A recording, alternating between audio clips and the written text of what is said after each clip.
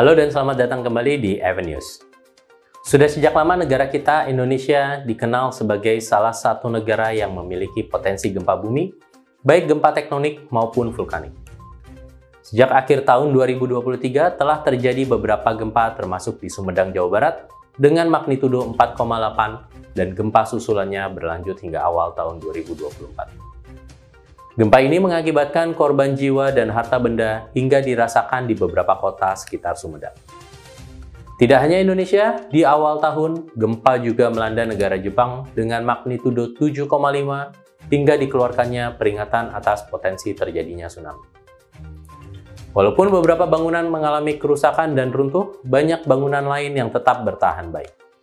Hal ini memicu perhatian warganet dan membuat penasaran bagaimana Jepang membuat infrastruktur yang tahan terhadap gempa bumi.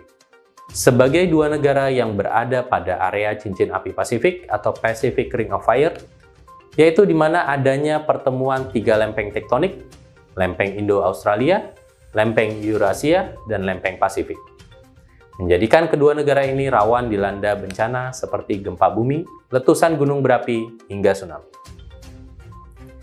Setiap tahun ribuan kali gempa bumi mengguncang Indonesia dan Jepang. Namun, meskipun keduanya sama-sama telah mengalami gempa ribuan kali, Indonesia dan Jepang memiliki respon yang berbeda terhadap bagaimana mereka menghadapi bencana tersebut. Pasalnya, Jepang dianggap lebih siap dalam menangani bencana yang akan terjadi dibandingkan Indonesia. Lantas, apa jawaban untuk warganet yang penasaran terkait infrastruktur Jepang yang tahan gempa dan bagaimana cara Jepang dalam memitigasi bencana? Sebagai salah satu negara dengan teknologi yang berkembang pesat, Jepang menghadapi ancaman gempa dengan membangun bangunan tahan gempa menggunakan prinsip anti-seismik, peredaman, dan seismik terisolasi. Pemerintah Jepang telah menetapkan standar anti-seismik sejak tahun 1981 dengan nama Shin Taishin. Shin Taishin memiliki 3 kategori berdasarkan metode konstruksinya. Pertama adalah struktur Taishin. Struktur ini merupakan desain dasar tahan gempa yang harus diikuti oleh setiap bangunan yang ada di Jepang. Ketebalan minimal harus bisa menahan tekanan getaran tanah, baik pada balok, pilar, maupun dinding. Struktur ini memiliki kelemahan saat gempa susulan datang, sehingga struktur Taishin hanya disarankan pada bangunan bertingkat rendah. Struktur kedua yaitu struktur Seishin. Rangka bangunan pada struktur ini harus diisolasi dari dasar pondasi dengan cara menempatkan peredam kejut, lapisan karet, atau isolator seismik di antara keduanya. Hal ini agar bangunan dapat menahan guncangan seismik. Oleh karena itu, struktur ini biasanya digunakan untuk bangunan bertingkat tinggi.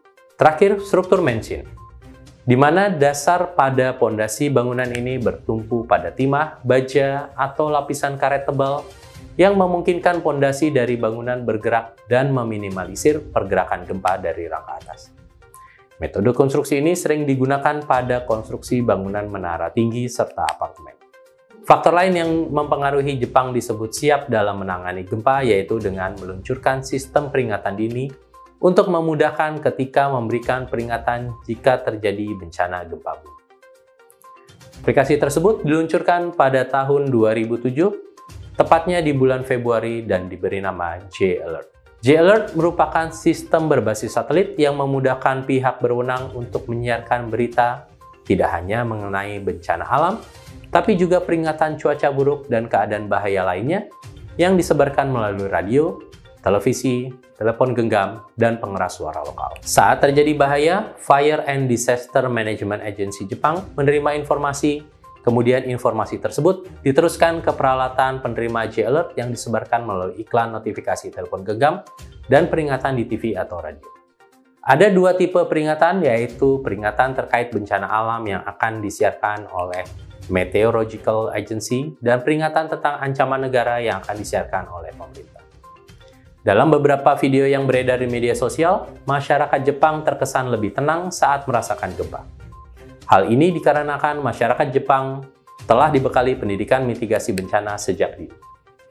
Ditulis di laman website Kidsweb Japan yang dikelola oleh Kementerian Luar Negeri Jepang, simulasi gempa bumi dilakukan secara rutin di sekolah-sekolah dasar. Simulasi tersebut dilakukan di ruang kelas bagaimana ketika gempa terjadi, Anak-anak akan melindungi diri di bawah meja, memegang kaki meja hingga guncangan berhenti. Setelah itu, guru akan memandu murid-murid keluar dari gedung sekolah dan memanggil murid satu persatu untuk memastikan tidak ada murid yang tertinggal di dalam gedung atau ruang kelas. Sementara itu, jika gempa terjadi ketika anak-anak tengah berada di lapangan sekolah, mereka dilatih untuk berkumpul di tengah lapangan dan menjauh dari bangunan sekolah. Terkadang simulasi tersebut juga digelar dengan menggandeng pihak pemadam kebakaran. Para siswa bergantian mengikuti simulasi di ruangan khusus yang dirancang untuk memberikan efek guncangan seperti gempa subuhan. Dalam pendidikan mitigasi bencana, konsep tolong-menolong juga diajarkan. Anak-anak diprioritaskan selama proses evakuasi sehingga mereka bisa mentransfer pengetahuan kepada orang-orang di sekitarnya jika bencana kembali terjadi kelak. Menurut Katada, seorang profesor di Universitas Tokyo yang berspesialisasi dalam bencana, kebiasaan ini akhirnya menular dan berhasil menyelamatkan banyak nyawa. Lalu, apakah saat ini Indonesia telah memiliki strategi mitigasi bencana yang sama dengan Jepang? Beberapa rumah adat di Indonesia seperti Rumah Aceh dirancang sebagai bangunan tahan gempa dengan konstruksi elastis menggunakan panggung dan kayu. Rumah ini memiliki ketahanan terhadap getaran karena tiang dan rantai diikat tanpa paku membentuk konstruksi yang kokoh. Indonesia telah menetapkan standar ketentuan untuk bangunan tahan gempa sesuai dengan Standar Nasional Indonesia atau SNI menurut Badan Standarisasi Nasional. Ini mencakup beban, tingkat bahaya, kriteria terkait, dan komponen non-strukturalnya. Deputi Bidang Pengembangan Standar BSN, Nasruddin Irawan, menekankan pentingnya perhitungan beban, pemilihan bahan seperti baja dan semen sesuai SNI, desain bangunan, dan fondasi yang kuat. Selain rumah adat, beberapa contoh rumah tahan gempa di Indonesia menurut rekomendasi Badan Nasional Penanggulangan Bencana atau BNPB, termasuk Growing House, Rumah Daun, dan Barataga. Rumah-rumah ini dirancang dengan menggunakan material ringan, struktur kokoh, dan penguatan besi bertulang, membuatnya tahan terhadap gempa. Selain terkait struktur bangunan, mitigasi yang perlu dicontoh oleh Indonesia saat ini adalah untuk mulai menanamkan pendidikan mitigasi bencana sejak dini. Mengapa mitigasi bencana diperlukan? Sama halnya dengan mengelola proyek, mitigasi diperlukan untuk setidaknya mengurangi dampak yang akan terjadi. Mengingat bencana alam merupakan risiko yang tidak terhindarkan, maka memitigasi adalah hal penting yang perlu diketahui untuk setidaknya mengurangi dampak dari bencana. Demikian segmen FNews kali ini. Semoga Indonesia dapat mengadopsi lebih banyak inovasi dari Jepang dalam menghadapi tantangan bencana alam. Mari bersama-sama membangun fondasi yang kokoh untuk masa depan yang lebih aman dan tahan bencana. Sekian, dan nantikan topik-topik menarik lainnya hanya di FNews.